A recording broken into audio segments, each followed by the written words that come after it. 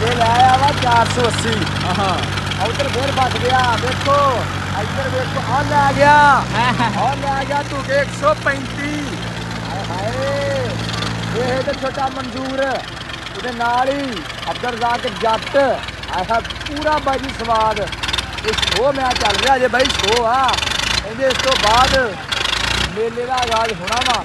ਆਹਾ ਦੇਖੋ ਬਾਜੀ ਇੱਧਰ ਮਜਮਾ ਲੱਗ ਗਿਆ ਵਾ, ਮੇਲਾ ਸੱਜ ਗਿਆ, ਸੱਜ ਗਿਆ ਵਾ ਮੇਲਾ, ਮੇਲੇ ਸੱਜ ਗਿਆ ਵਾ। ਇਹ ਜ਼ੋਰ ਲੱਗਦੇ ਜ਼ੋਰ ਵੱਜਦੇ ਧੱਕੇ। ਆਹਾ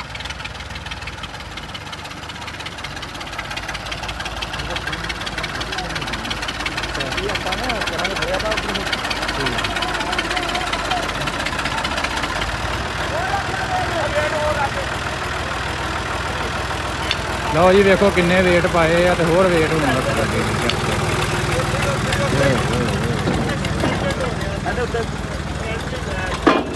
ਇਹਦੇ ਉੱਤੇ ਇੱਕ ਵੇਟ ਪਾ ਦਿਆ ਕੋਟਾ ਇਹਦੇ ਨਾਲ ਲਿਆ ਉਹ ਤੋਂ ਵੇਟ ਹੋਰ। ਕਿੰਨਾ ਵੇਟ ਹੋਇਆ ਭਾਜੀ, ਕਿੰਨਾ ਵੇਟ ਪੈ ਗਿਆ?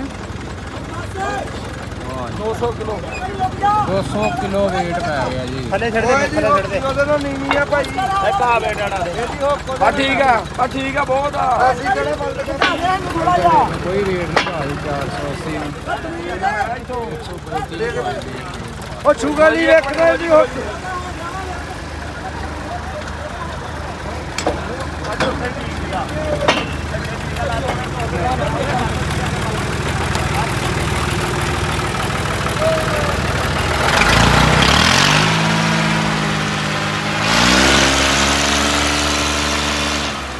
ਲੈ ਗਈ 135। ਵੇਟ ਵੀ ਬੜੇ ਦਿੱਤੇ 135 ਨੂੰ, ਚੈੱਕ ਕਰੋ ਕਿੰਨੇ ਵੇਟ ਦਿੱਤੇ, ਪਰ ਫਿਰ ਵੀ 480 ਦਾ ਮੁਕਾਬਲਾ ਕੋਈ ਨਹੀਂ ਜੀ।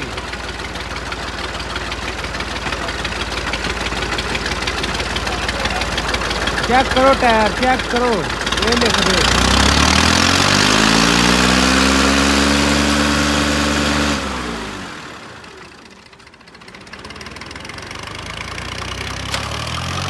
ਬੰਦ ਹੋ ਗਏ 480 ਬੰਦ ਹੋ ਗਏ, ਲੈ ਗਏ 135 ਧੂ ਕੇ। ਆਹ ਬੰਦ ਹੋ ਗਿਆ ਸੀ, ਲੈ ਗਿਆ ਧੂ ਕੇ।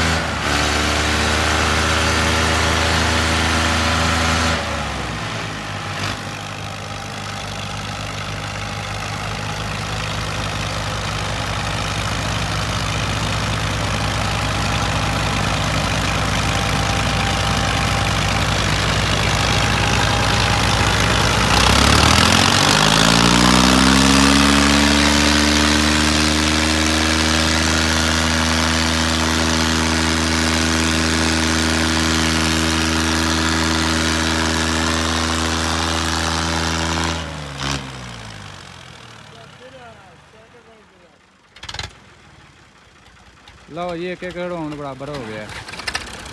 ਹੁਣ ਆਖਰੀ ਰਾਉਂਡ, ਫਾਈਨਲ ਰਾਉਂਡ ਹੋਏਗਾ। ਇਹ ਜੀ ਸ਼ੋਅ ਮੈਚ ਹੋ ਰਿਹਾ। 135 ਨੂੰ ਵੇਟ ਬੜੇ ਦਿੱਤੇ, ਚੈੱਕ ਕਰੋ। ਬਾਕੀ ਫਿਰ ਵੀ ਭਾਈ 480 ਨਹੀਂ ਲੱਗੇਗਾ।